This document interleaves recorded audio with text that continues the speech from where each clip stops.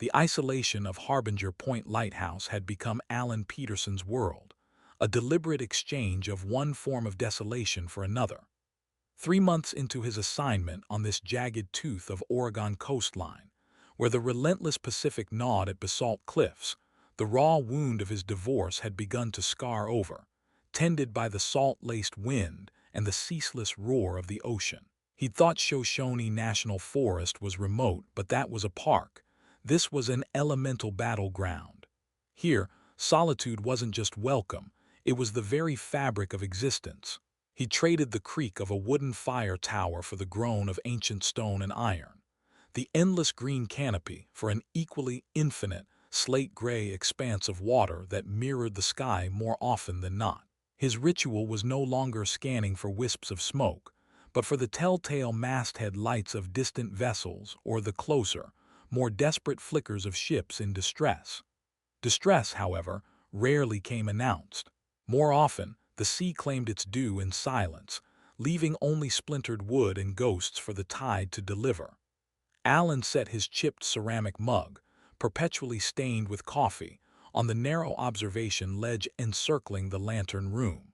The Fresnel lens, a magnificent beehive of crystal prisms, lay dormant in the pre-dawn gloom, its nightly vigil concluded. He picked up his marine binoculars, their brass barrels cool against his palms, and began the morning scan. Even in July, a persistent dampness clung to the air, and the wind, a constant companion at Harbinger Point, whistled a mournful tune through the lantern's ventilation cowls. His flannel shirt, a familiar comfort, felt heavy with the coastal chill. "Sector Alpha, clear to the horizon," he murmured, the habit of verbalizing his checks a legacy from his forestry days. He logged the entry in the thick, leather-bound station journal, its pages filled with the spidery script of keepers long dead and the more utilitarian block letters of recent Coast Guard appointees. His own neat, somewhat cramped handwriting was the latest addition to this lineage of lonely sentinels. His daily routine had acquired a new maritime rhythm.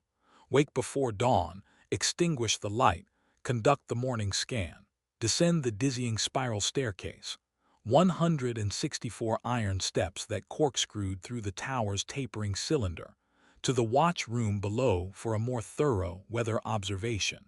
Check the diesel generators, the backup batteries, the intricate clockwork mechanism that, in a bygone era, had rotated the colossal lens. Log everything. Update charts with any new notices to mariners. Radio check with Coast Guard Station Tillamook Head at 800. Then, the long hours of maintenance, polishing the delicate prisms of the lens until they gleamed, greasing moving parts, chipping rust, painting ironwork against the relentless corrosive assault of salt and spray. And always the watching, the endless, mesmerizing, terrifying watching of the sea. Visitors were rarer than a calm day. The access road was a treacherous, unpaved track that snaked for 15 miles through dense, perpetually sodden Sitka spruce and hemlock forest, often washed out or blocked by fallen trees. Supplies came by boat, weather permitting, once a month. Most people, even the hardiest souls, gave Cape Deception a wide berth. Its name was well earned, a graveyard of ships lured onto hidden reefs by confusing currents and sudden, impenetrable fogs. The old keeper's logs, which Alan had taken to reading during the long, quiet evenings, were filled with tales as wild as the Cape itself. Stories of phantom ships, of strange lights beneath the waves, of voices carried on the wind that spoke sailors' names and lured them to their doom. One keeper, a man named Josiah Finch from the 1920s, had filled pages with frantic ramblings about watchers from the deep and the song of the abyss, his script deteriorating into illegible scrawls before he, according to official record, walked into the sea. Alan had dismissed it as the inevitable byproduct of profound isolation and perhaps too much cheap whiskey. Now, alone in the pre-dawn chill, with the wind keening like a banshee, Finch's words sometimes echoed with a disquieting resonance. He'd come here to escape memories of another kind of haunting, the hollow echo of Sarah's laughter in their empty apartment, the sterile pronouncements of lawyers, the slow, painful unraveling of a life he'd thought was built on solid ground. The lighthouse, in its stark simplicity and unwavering purpose, had offered a different kind of emptiness, one he could, perhaps, learn to inhabit. The sea, at least, was honest in its brutality. The service radio in the lantern room, a robust old Marconi unit primarily for ship-to-shore emergencies, crackled suddenly, startling him so badly he nearly fumbled the binoculars. Static hissed, a sound like tearing silk, before a voice clawed its way through the interference. It was distorted, stretched, as if dragged across leagues of ocean floor, but undeniably human. And it knew him. Alan Peterson, can you hear me, Peterson? His blood ran cold. He grabbed the handset, its bakelite cool and smooth. This is Harbinger Point Lighthouse. Identify yourself. Over. He tried to keep his voice steady, professional. Danger, Peterson. A storm is gathering. Not of the sky. The voice was a ragged whisper, barely audible above a fresh wave of corrosive static. It sounded familiar yet utterly alien, like an echo of his own voice, perhaps mangled by distance and some unnameable dread. Repeat your message. Your signal is breaking up. What is your call sign? What is your position? Over. His heart hammered against his ribs. Standard protocol. But this was anything but standard.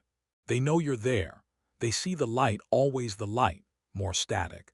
Then a phrase that seemed to solidify from the noise, chilling him to the bone. The cycle is turning. Prepare. Peterson, prepare for the tide. The transmission dissolved into a chaotic surge of white noise, then silence, leaving only the mournful sigh of the wind.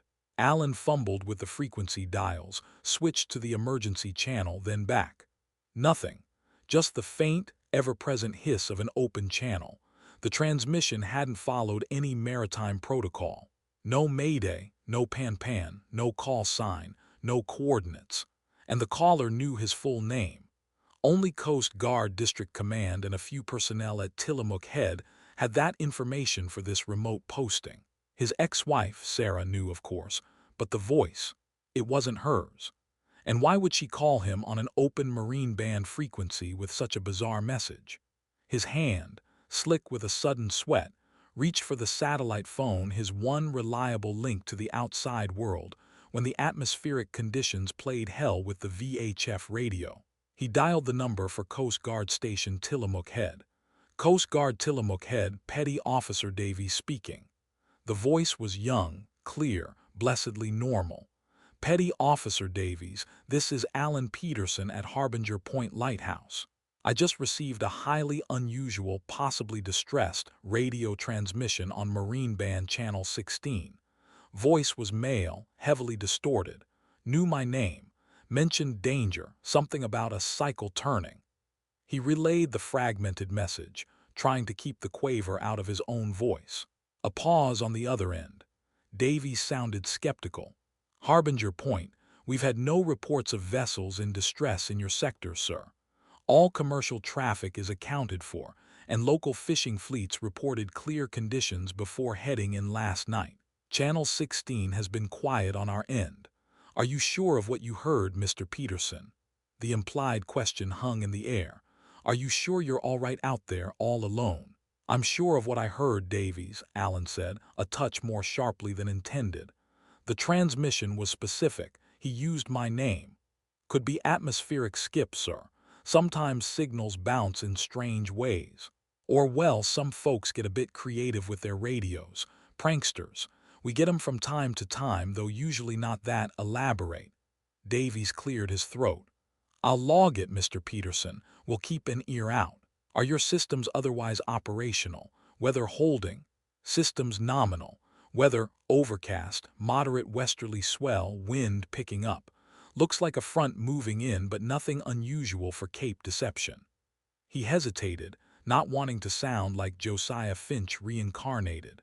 Probably just a prank, as you said, but the distortion was severe. Understood, sir. We'll monitor. Call us if you hear anything further or if you need anything. Thorne is due out with your monthly supplies next week, weather permitting. He'll check in on you then. Roger that. Tillamook Head, Harbinger Point out. Alan hung up, a knot of unease tightening in his stomach. A prank, perhaps, but the voice, it had felt too personal, too direct. And the phrase, "the cycle is turning," echoed Finch's mad scribblings about the turning of the deep tides and the return of the old watchers. He shook his head, trying to dispel the creeping dread. 3 months of near-total solitude could play tricks on the mind. He remembered the psych evaluation before he got the posting. They'd asked a lot of questions about his ability to cope with isolation. Sarah had always said he was too much in his own head. Maybe she was right. He spent the morning going through his routines with meticulous care, trying to ground himself in the tangible. He polished the magnificent Fresnel lens until each prism threw back fractured rainbows from the weak daylight. He checked the diesel levels in the generator tanks, the charge on the backup battery banks, the tension of the guy wires anchoring the radio mast. Everything was in order, solid, real. Yet the unease lingered. Several times he caught himself glancing out at the churning gray sea, half expecting to see something different. A periscope, the back of some colossal, unidentifiable creature. He scoffed at his own imagination. He was a practical man, a man of science and procedure. He'd faced down forest fires with less internal tremor than this phantom radio call had induced. By afternoon, the weather had deteriorated significantly. The wind howled around the lighthouse tower, a symphony of discordant shrieks and moans. Rain lashed against the lantern room glass in horizontal sheets, driven with such force it sounded like handfuls of gravel. The sea was a maelstrom of white-capped fury, waves exploding against the cliffs below, sending plumes of spray hundreds of feet into the air, almost reaching the gallery itself. This was the raw power of Cape deception, the kind of weather that made sailors cross themselves in prey. He was in the watch room below the lantern, reviewing tide charts, when he heard it, a rhythmic thumping, distinct from the chaotic roar of the storm. It seemed to come from the base of the tower, from the heavy oak door in the entrance room. Impossible. No one could reach the lighthouse in this. The access road would be a river of mud, impassable even for a tracked vehicle. No boat could get within a mile of the Cape in these seas. Thump, thump, thump. He grabbed the heavy maglite from its cradle and descended the spiral stairs, each iron step resonating under his boots. The wind shrieked through unseen cracks in the stonework, making the tower itself seem to groan in protest. The air grew colder, damper, as he neared the base. The entrance room was small, stone-flagged, containing little more than a workbench, spare parts for the lamp, and racks for oilskins and boots. The massive oak door, reinforced with iron bands, shuddered with each gust. Thump, thump, thump. Louder now, insistent. "Who's there?" Alan shouted, his voice sounding thin against the storm's fury. He pressed his eye to the small, reinforced spy-hole in the door. Through the driving rain and swirling sea mist, he could make out a figure huddled on the narrow stone stoop, a dark shape barely distinguishable from the tempestuous gloom. They were clad in what looked like oilskins, but they were too still, too patient for someone caught in such a maelstrom. His hand hovered over the heavy deadbolts. Protocol dictated rendering aid. Humanity dictated it. But the radio call, the impossible presence of someone at his door in this weather, a primal instinct screamed at him. "Identify yourself," he yelled again. The figure stirred, lifted a head. Even through the distorted view of the spy-hole and the sheeting rain, Alan thought he saw a flash of something pale, a face, turned towards the door.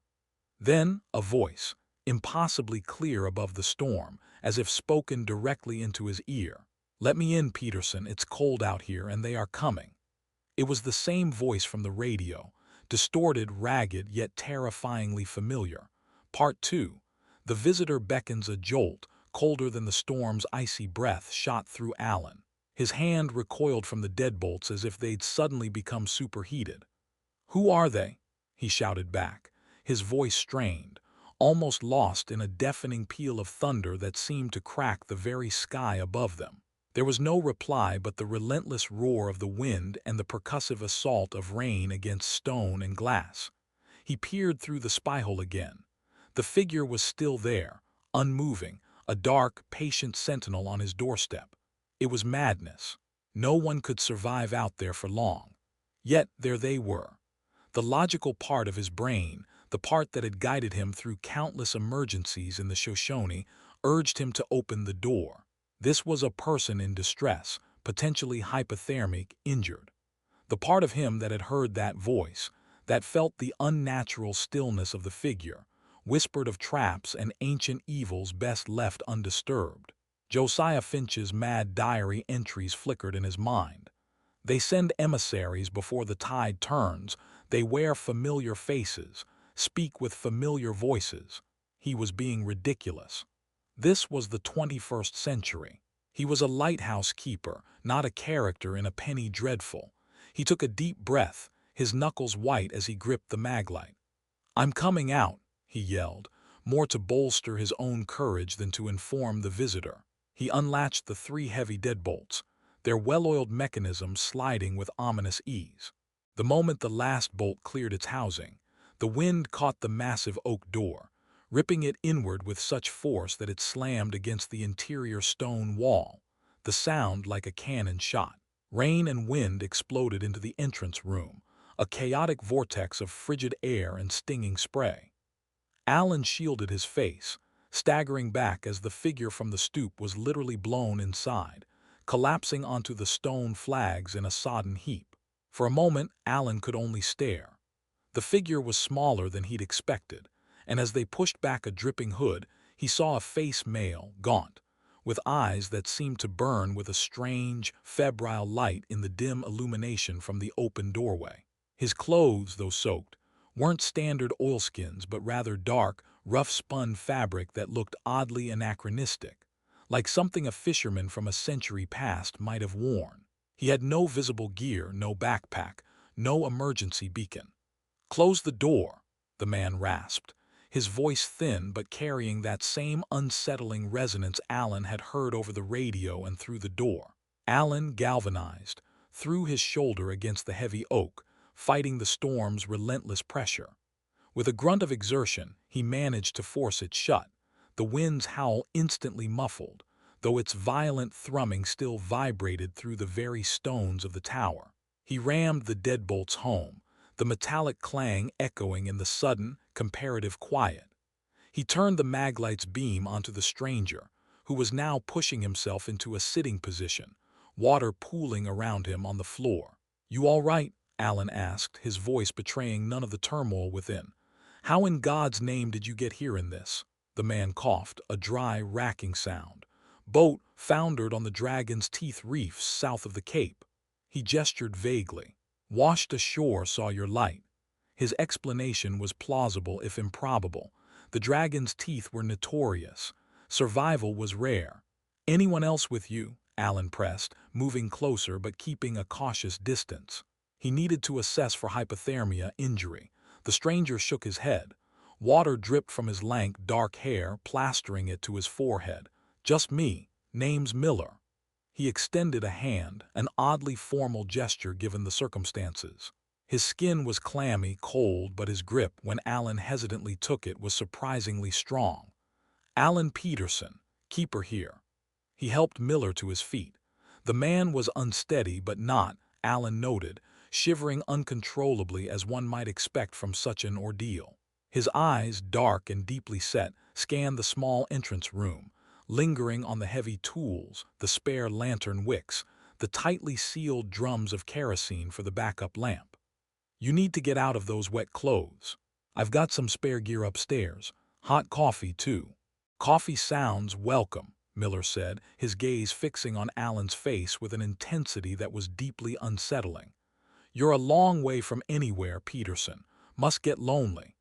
"It has its moments," Alan replied evenly, leading the way to the spiral staircase. "Watch your step. These stairs are treacherous even when they're dry." Miller followed, his steps surprisingly sure-footed for someone who claimed to have been recently shipwrecked and battered by the storm. As they ascended, the lighthouse seemed to groan around them, the wind finding every crack and cranny to whistle through. The air in the tower was thick with the smell of damp stone, sea salt, and old iron. In the small watch room below the lantern which served as Alan's living quarters, he gestured Miller towards the compact galley. "There's a small head through there. You can dry off. I'll find you some clothes." He rummaged in a sea chest that held spare work clothes, thick wool sweaters, canvas trousers, heavy socks. He laid them out on the narrow bunk. When he turned back, Miller was standing not by the head, but by Alan's small desk, where the station log lay open. His wet fingers were tracing the lines of Alan's last entry. "Sector Alpha, clear to the horizon," Miller read aloud, his voice soft, almost a whisper. "A lonely vigil, Peterson, always watching. But what do you truly see?" A prickle of unease ran down Alan's spine. "Just the sea, Miller. And the weather." He forced a casual tone. "Now about those clothes." Miller turned from the logbook, his dark eyes unreadable. "Thank you." He took the offered clothes and disappeared into the tiny head. Alan listened to the sounds of him moving about, the splash of water. He busied himself making coffee, the familiar ritual a small anchor in the growing strangeness of the situation. The storm still raged outside, a constant, violent reminder of their isolation. When Miller emerged, he was dressed in Alan's spare clothes, which, though a bit loose, didn't look entirely out of place. His own soaked garments lay in a heap by the door to the head. He looked different, less like a half-drowned mariner and more like, Alan wasn't sure. There was an intensity about him, a watchfulness that belied his supposed exhaustion. His pallor remained, but the febrile light in his eyes seemed to have sharpened. "Better?" Alan asked, handing him a steaming mug of coffee. Miller took it, cradling it in his hands, but didn't drink. He stared into the black liquid as if reading something in its depths. "Much." He looked around the circular room, his gaze taking in the barometer, the tide clock, the anemometer repeater, the shelf of well-thumbed paperbacks, the small, framed photo of Sarah that Alan hadn't had the heart to put away. His eyes lingered on the photo for a fraction too long. "Your wife?" Miller asked, his voice neutral. Alan's jaw tightened. "Ex-wife." "Ah, solitude then, a deliberate choice." Miller's lips curved into a faint, unreadable smile. He still hadn't touched his coffee. "The job requires it," Alan said, deflecting. He took a sip from his own mug. The coffee was hot, bitter, reassuringly normal. "You said your boat foundered on the Dragon's Teeth. What was her name? I need to report it to the Coast Guard. They'll want to initiate a search for wreckage, any other survivors." Miller finally raised his mug, not to drink, but as if in a toast.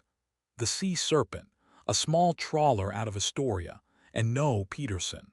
No need to trouble the Coast Guard." "What? Of course I need to, it's protocol. There could be an oil slick, debris, environmental concerns at the very least." Alan reached for the handset of the main VHF radio. "That won't be necessary," Miller said, his voice taking on a harder edge. He set his untouched coffee mug down with a sharp click.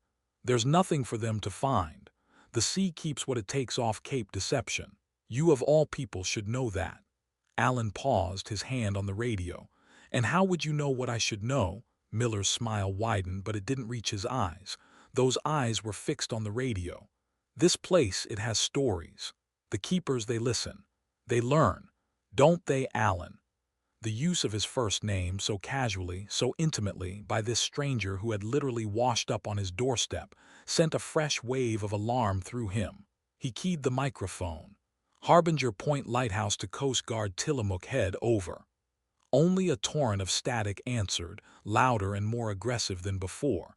It wasn't the usual atmospheric interference. It sounded engineered.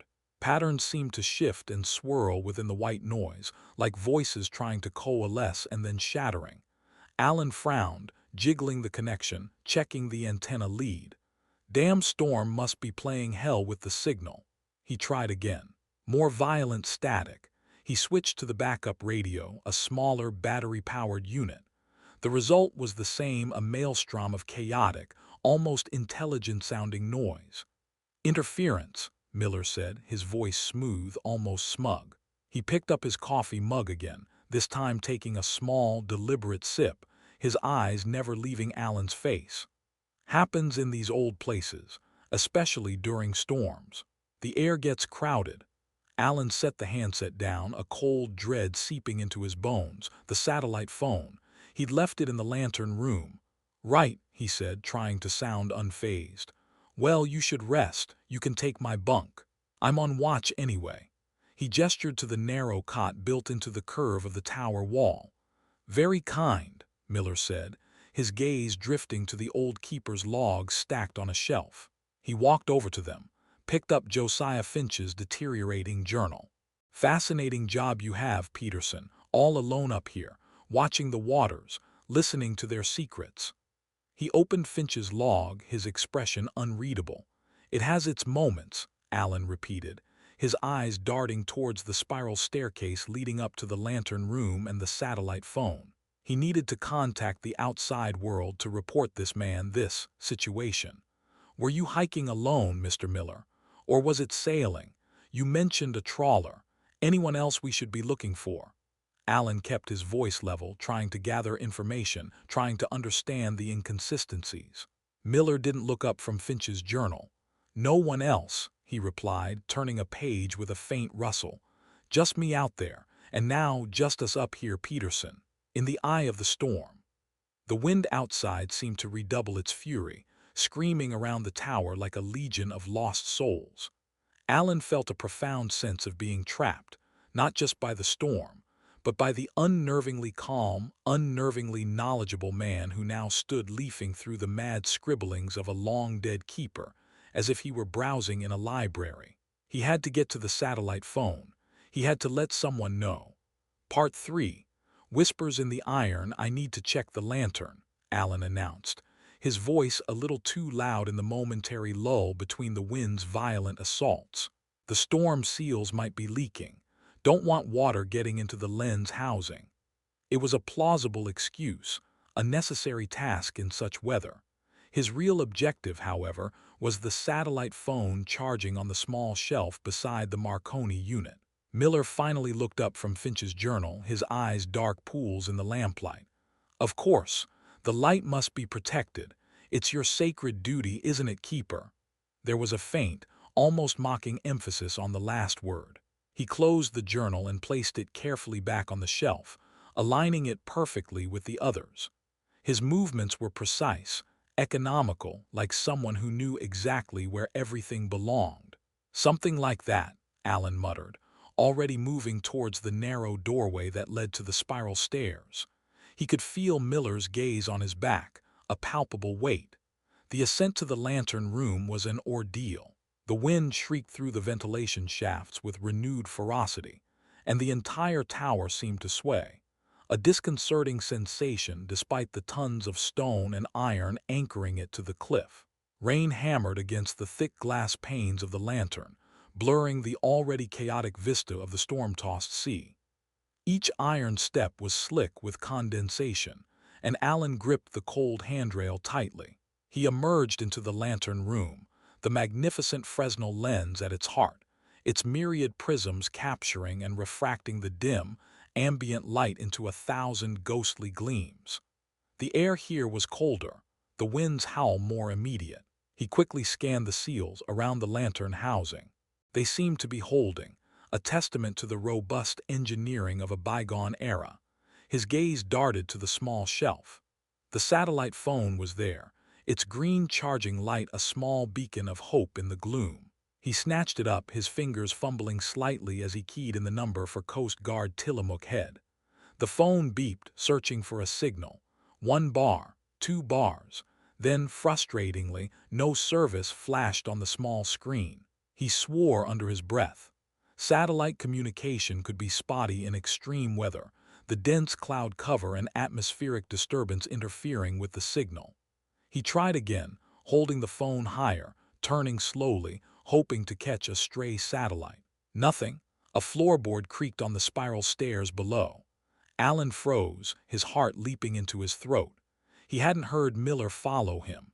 He quickly pocketed the useless satellite phone and turned, trying to appear as if he were merely inspecting the lens mechanism.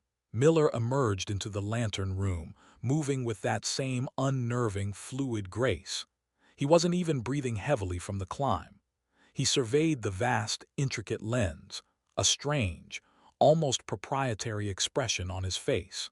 "A beautiful piece of engineering," Miller said, his voice barely above a whisper, yet carrying clearly over the storm's roar.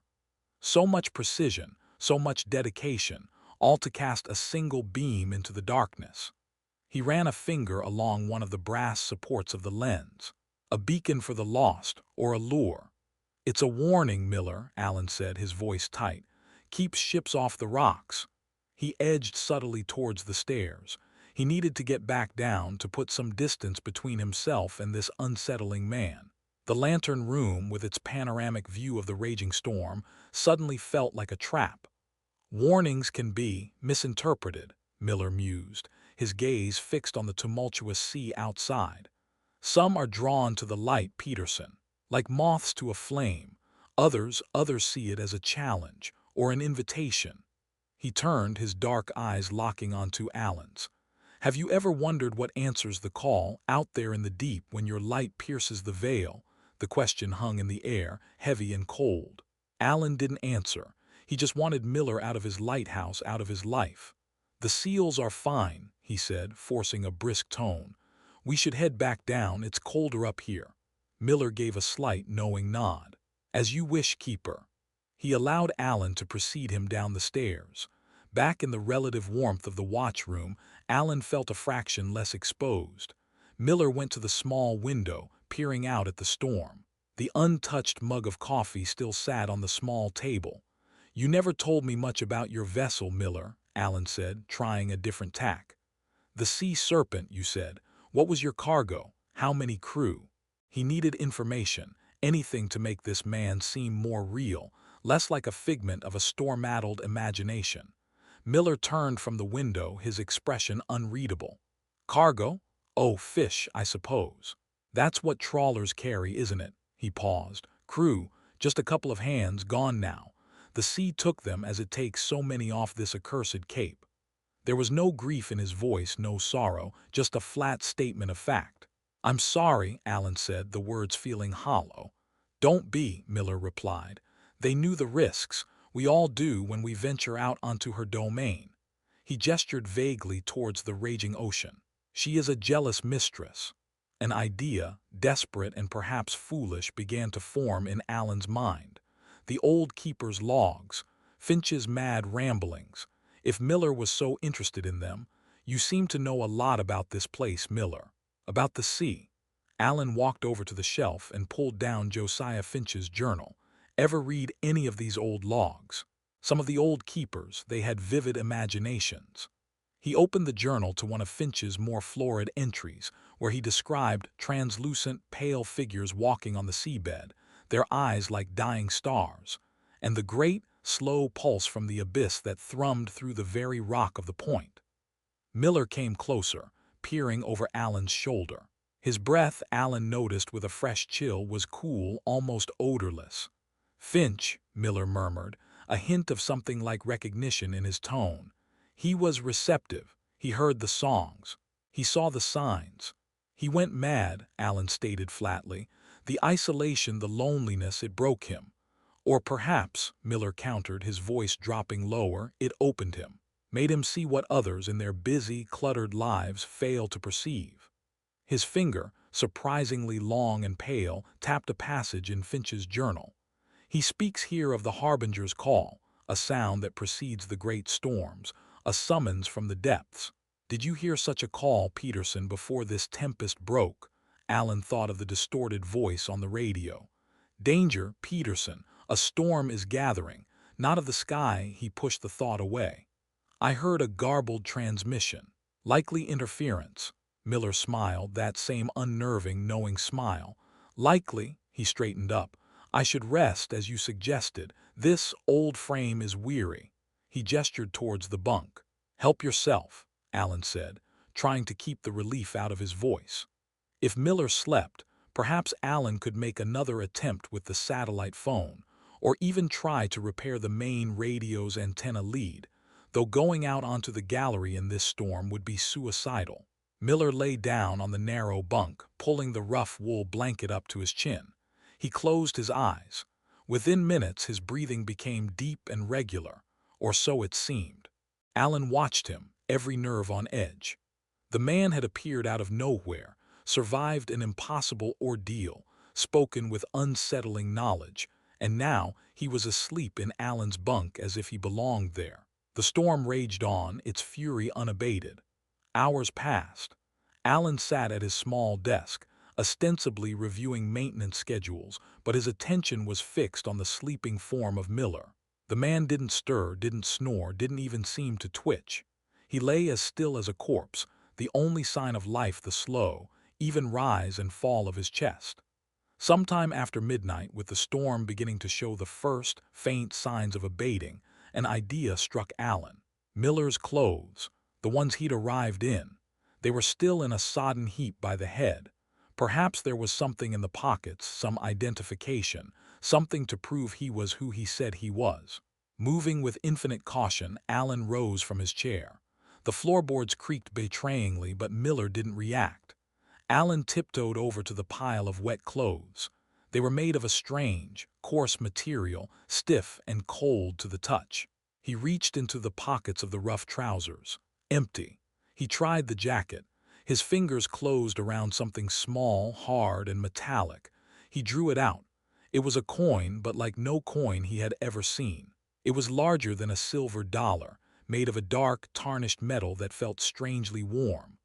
One side bore the image of a lighthouse, but not Harbinger Point. This lighthouse was taller, more slender, with strange, fin-like buttresses. Around it were unidentifiable, swirling symbols.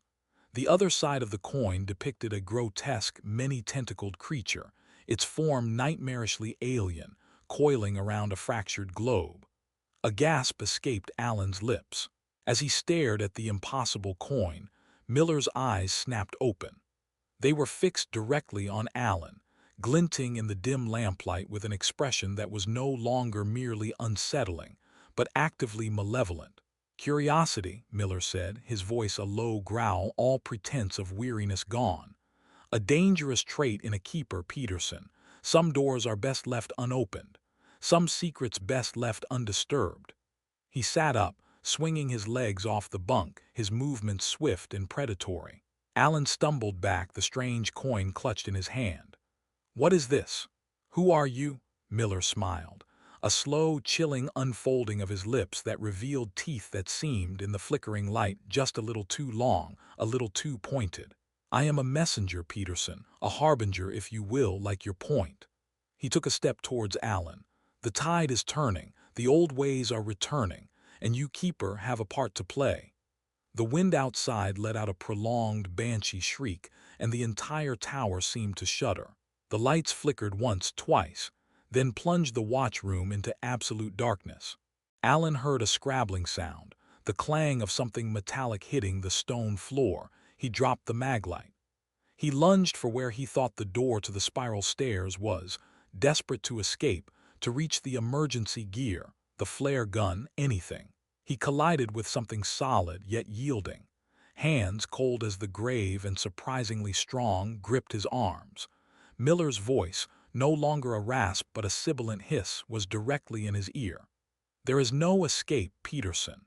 Only acceptance. The cycle demands it." Then, just as suddenly as the lights had failed, they flickered back on, the generators presumably having kicked in after a momentary blip. Alan was alone. Miller was gone. The watchroom was empty, save for himself. The pile of wet clothes by the head was gone. The coffee mug Miller had barely touched still sat on the table. The only evidence of his presence was the lingering chill in the air, the faint, briny odor that Alan hadn't noticed before, and the impossible, disturbing coin still clutched tightly in Alan's trembling hand. He rushed to the window. The storm was definitely easing, the rain lessening, the wind's fury diminishing. The first pale streaks of dawn were staining the eastern horizon. He scanned the churning, gray sea, the jagged rocks at the base of the cliff. Nothing. No sign of Miller, no boat, no wreckage. It was as if the man had dissolved into the very fabric of the storm. Or perhaps, Alan thought with a fresh wave of horror, he had never truly been there at all. Perhaps Josiah Finch wasn't the only keeper of Harbinger Point to lose his mind to the solitude and the sea. He looked down at the coin in his hand. It was undeniably real, heavy, cold.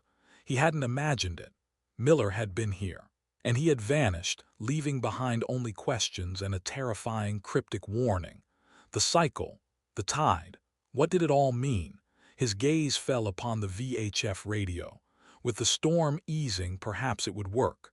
He had to report this. He had to tell someone, even if they thought he was mad. Part 4. The calculated calm, the first rays of dawn, weak and watery, filtered through the salt-streaked windows of the watch room, painting the circular space in hues of gray and bruised purple. The storm had broken, its fury spent, leaving behind a sullen, choppy sea and a sky littered with bruised, fast-moving clouds. The wind still sighed around the tower, but it was a mournful, weary sound now, not the raging shriek of the night before. Alan stood at the window, the strange, dark coin clutched in his hand. Miller was gone, vanished as if he were a phantom conjured by the tempest itself. But the coin was real, its weight and cold, alien texture a tangible anchor against the rising tide of doubt in his own sanity. He hadn't hallucinated the man, the voice, the unsettling pronouncements. His first coherent thought was the radio. With the worst of the atmospheric disturbance past, the VHF might be functional. He practically lunged for the main unit, his hands shaking as he keyed the microphone. Harbinger Point Lighthouse to Coast Guard Tillamook Head. Harbinger Point to Tillamook Head, do you copy? Over. His voice was hoarse, strained. A burst of static, then, miraculously, a clear voice responded. Tillamook Head copies Harbinger Point. Go ahead, Mr. Peterson. Sound like you had a rough night. We lost contact with your weather telemetry for a few hours there. It was Davies, the same petty officer from before. Relief, sharp and profound, washed over Alan. Davies, thank God. Yes, it was a hell of a storm. Listen, I need to report an incident. I had a visitor last night. A pause on the other end. A visitor, sir. In that weather, who was it?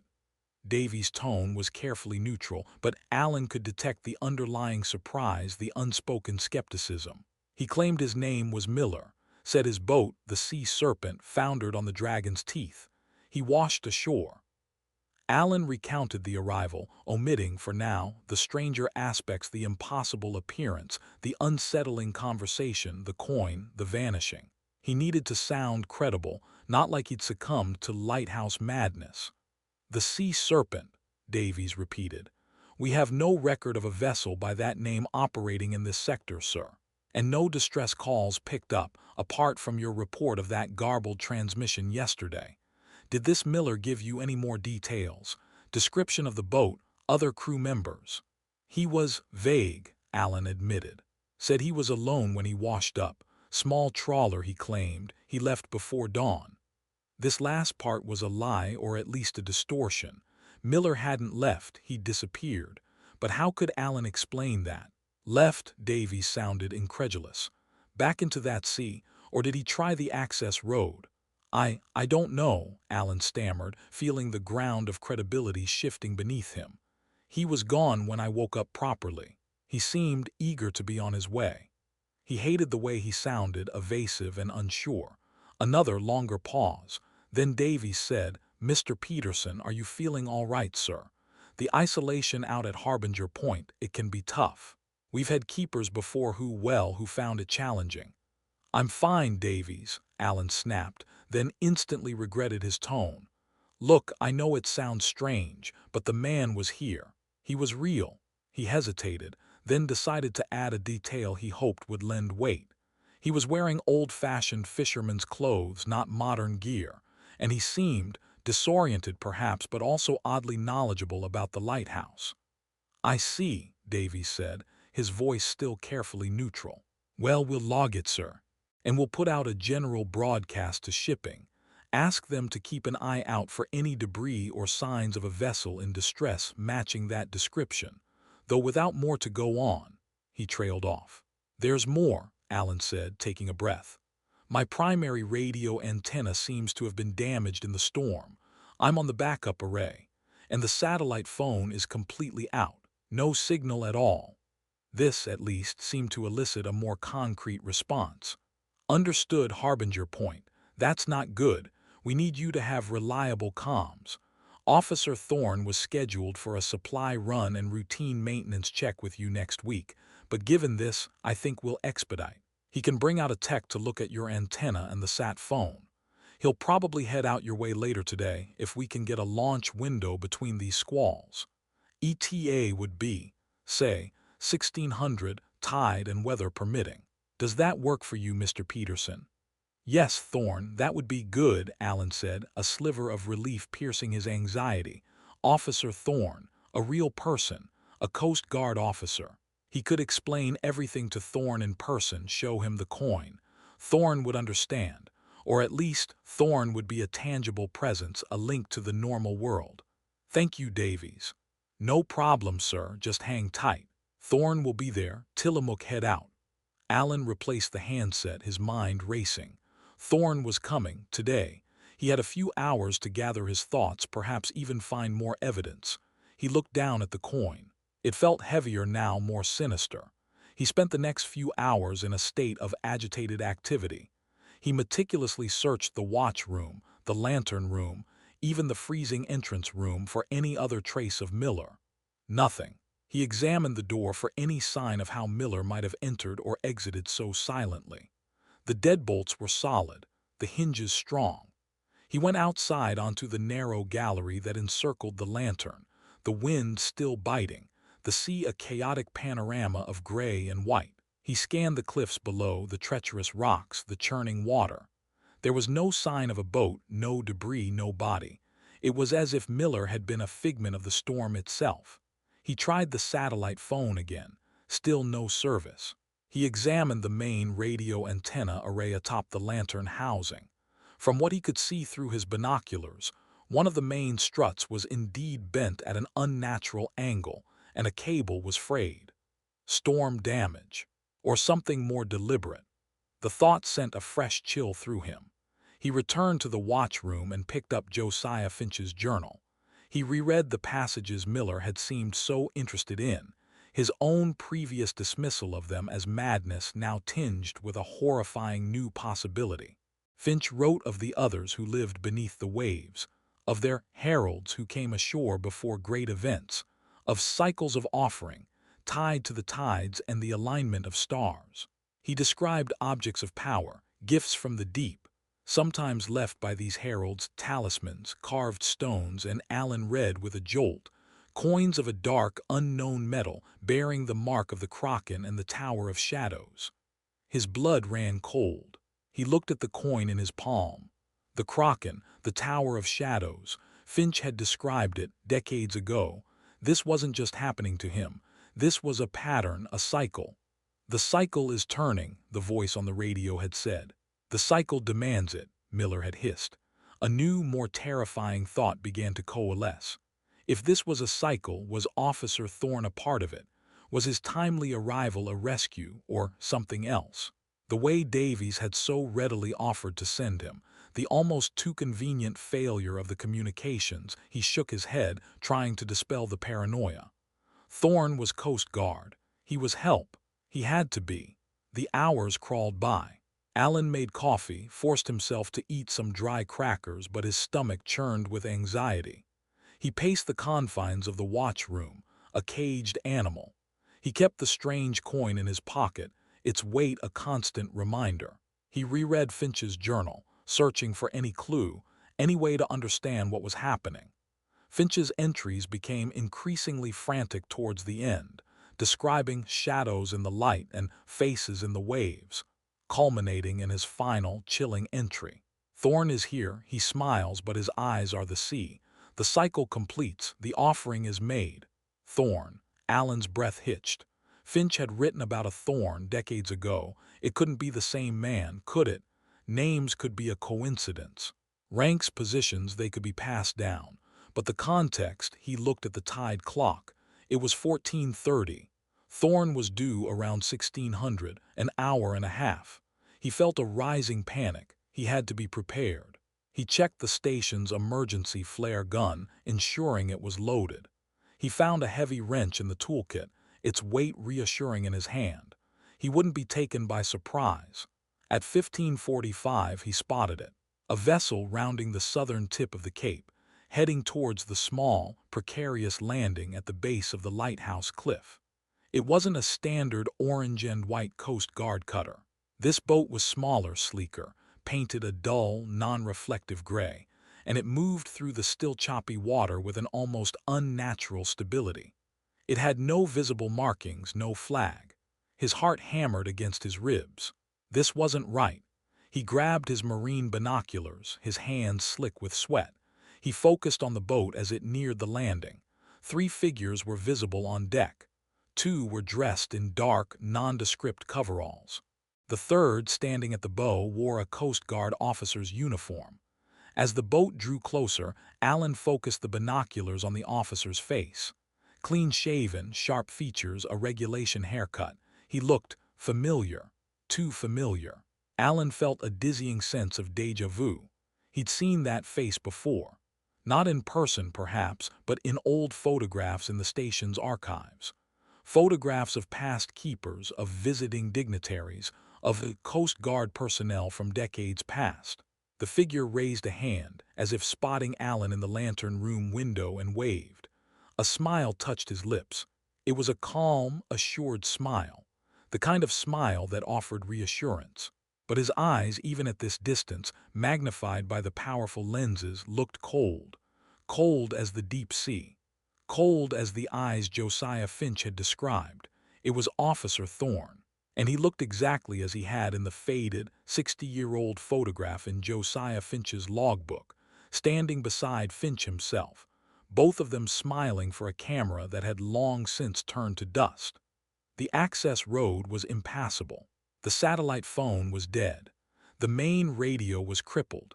He was alone, trapped in his stone tower with a boatload of impossible entities closing in. The cycle, whatever it was indeed turning. And Alan Peterson, keeper of Harbinger Point Lighthouse, was right in its inexorable path. Part 5. The converging tides. The sight of Officer Thorne, a man who should have been an aging memory or dust in the earth, standing hale and youthful on the deck of the approaching gray vessel, shattered the last vestiges of Alan's hope for a rational explanation. This was no longer about isolation-induced paranoia or elaborate pranks. This was something ancient, something impossibly wrong, unfolding with the chilling precision of a recurring nightmare. Josiah Finch's words screamed in his mind. Thorne is here, he smiles, but his eyes are the sea. The cycle completes, the offering is made. Alan stumbled back from the lantern room window, the binoculars clattering to the iron grating of the floor. His breath came in ragged gasps. He had to think, he had to act. The boat would reach the landing in minutes. Thorne and his companions would be ascending the cliff path, then the tower stairs. He scrambled down the spiral staircase, his heavy wrench clutched in one hand, the strange coin a cold weight in his pocket. In the watchroom, he slammed the heavy oak door that led to the stairs and shot the internal bolt, a flimsy deterrent, he knew, but it might buy him seconds. Finch's journal. There had to be more. He snatched it from the shelf, his fingers fumbling through the brittle, foxed pages. He scanned Finch's increasingly erratic script, searching for any mention of escape, any weakness in these entities. Most of it was mad rambling, descriptions of impossible creatures, of rituals performed on the abyssal plains, of the lighthouse itself being a tuning fork for the deep vibrations. But then, near the very end, scribbled in a barely legible hand, almost as an afterthought, the old stones remember. The first keeper knew the secret of the salt conduit, below the engine room where the earth meets the tower's root. They shun the pure brine, the unmixed tears of the sea. It burns their false forms. He built a way, a narrow passage, if the light fails. The salt conduit. The engine room was at the very base of the lighthouse, even below the entrance room, carved partially into the bedrock of the cliff itself. It housed the massive diesel generators and the old compressed air tanks for the foghorn. Alan had only been down there a few times for routine maintenance. It was a dark, damp, cramped space. A passage. A heavy thudding echoed from below the main entrance door to the tower. They were here. "Mr. Peterson, Alan, it's Officer Thorne, Coast Guard. We're here with those supplies and the technician. Open up, son. Let's have a look at that antenna." Thorne's voice, amplified by the stone confines of the tower, was calm, friendly, utterly incongruous with the ageless figure Alan had seen on the boat. It was the voice of calculated deception. Alan ignored him. He raced to the trapdoor in the watch-room floor that gave access to the lower levels, the oil store, and below that the engine room. He heaved it open. A gust of cold, oily air wafted up. "Alan, everything all right in there? You sound a bit spooked. Just open the door. We're here to help." Thorne's voice again, a little closer now. He must be at the watch-room door. The bolt Alan had thrown would be no match for them. Another thud, this one against the watch-room door itself. Louder, more forceful. Alan scrambled down the steep wooden ladder into the oil store, a cramped, circular space lined with shelves that once held barrels of whale oil, now mostly empty save for a few cans of modern lubricants. Another trapdoor, set in the stone floor, led to the engine room. The watch-room door groaned, the wood splintering around the bolt. He wrenched open the lower trapdoor and descended another, shorter ladder into the engine room. The air here was thick with the smell of diesel, cold stone, and an underlying, ancient dampness. The massive forms of the generators and the old foghorn compressors loomed in the oppressive gloom, lit only by the spill of light from the open trapdoor above. Where the earth meets the tower's root, a salt conduit. He frantically scanned the rough-hewn stone walls, searching for any sign of a passage, a hidden door, anything that matched Finch's cryptic description. The engine room was circular, following the tower's base. One section of the wall, however, seemed different, a patch of newer-looking stonework, less weathered, the mortar a slightly different color. It was behind the largest generator. A deafening crash from above. The watch-room door had given way. He heard footsteps measured, synchronized, crossing the floor above him. Not just Thorne, the other two from the boat. "Alan, playing hide-and-seek, are we? It's all right. We understand. The solitude, it can do things to a man." Thorne's voice, now directly above the open trapdoor to the oil store. "But the cycle needs to be maintained, for the good of all." Alan squeezed behind the generator, his heart pounding. The newer stonework. He ran his hands over it. One stone felt slightly loose. He pushed. It gave a little. He threw his shoulder against it, grunting with effort. The stone scraped inward, revealing a dark, narrow opening, barely wide enough for a man to pass. A gust of intensely cold, briny air, smelling strongly of pure, undiluted seawater, billowed out. The salt conduit. "He's down here, Thorne." Another voice called from above, flat, devoid of inflection. One of the men in coveralls. "The lower trap is open." Alan didn't hesitate. He squeezed into the narrow opening, the rough stone scraping his clothes, his skin. The passage beyond was lightless, terrifyingly constricted, and sloped steeply downwards. It felt ancient, hand-carved. The air was freezing, saturated with the smell of raw, elemental sea. Behind him, he heard them descending into the engine room. "Check behind the generators." Finch mentioned a bolt hole. Thorne's voice, closer now, colder. Alan scrambled blindly down the passage, his hands scraping against the slimy, salt-encrusted walls. The air grew colder, the smell of brine more intense. He could hear the distant roar of the sea, not muffled as it was in the tower, but raw, immediate, as if he were in a cave at the waterline. The passage suddenly opened out. He stumbled forward and found himself in a small, natural sea cave, waves crashing just feet away at its mouth, sending plumes of spray into the cavern. The only light came from the gray, turbulent daylight visible through the cave entrance. He was at the very base of the cliff, practically at sea level. He looked back at the narrow opening he just emerged from. It was almost invisible against the dark rock of the cave wall. Escape. Finch had provided a path. But escape to where? The sea was a raging chaos. There was no boat, no way to scale the sheer cliffs. Then he saw it. Tucked into a crevice near the cave mouth, almost hidden by seaweed, was a small, battered, inflatable raft, complete with oars. It was old, patched, but it looked serviceable. Finch's final legacy. Or perhaps something left by another, earlier keeper who had also known the secret of the salt conduit. He heard a shout from the passage behind him, distorted by the narrow confines. "He's in the conduit. It leads to the sea caves." They were coming. Alan dragged the raft to the water's edge. The waves surged into the cave, threatening to snatch it away. He had to time it right. He threw the small emergency pack he always carried containing flares, a first aid kit, water and rations into the raft, along with a heavy wrench. The coin he kept in his pocket. A figure appeared in the narrow opening of the salt conduit, silhouetted against the faint light from the engine room. It was one of the men in coveralls. He tried to squeeze through, but the passage was tight and he was bulkier than Alan. He paused. "Thorn, he's in the lower cave. There's a raft." Alan didn't wait. As a large wave surged into the cave, momentarily calming the water at its lip, he pushed the raft out and scrambled in, grabbing the oars. He rowed with desperate, frantic strokes, fighting the suck of the receding wave, then pulling hard to get clear of the cave mouth before the next breaker. He emerged from the cave into a world of gray, churning chaos. The sea was still high, the waves formidable. The lighthouse tower loomed above him, a silent, monolithic sentinel. He could see figures in the lantern room looking down, Thorn and the others. They weren't trying to shoot. They were watching. As he battled the waves, trying to get further from the cliffs, he saw Officer Thorn step out onto the narrow gallery encircling the lantern.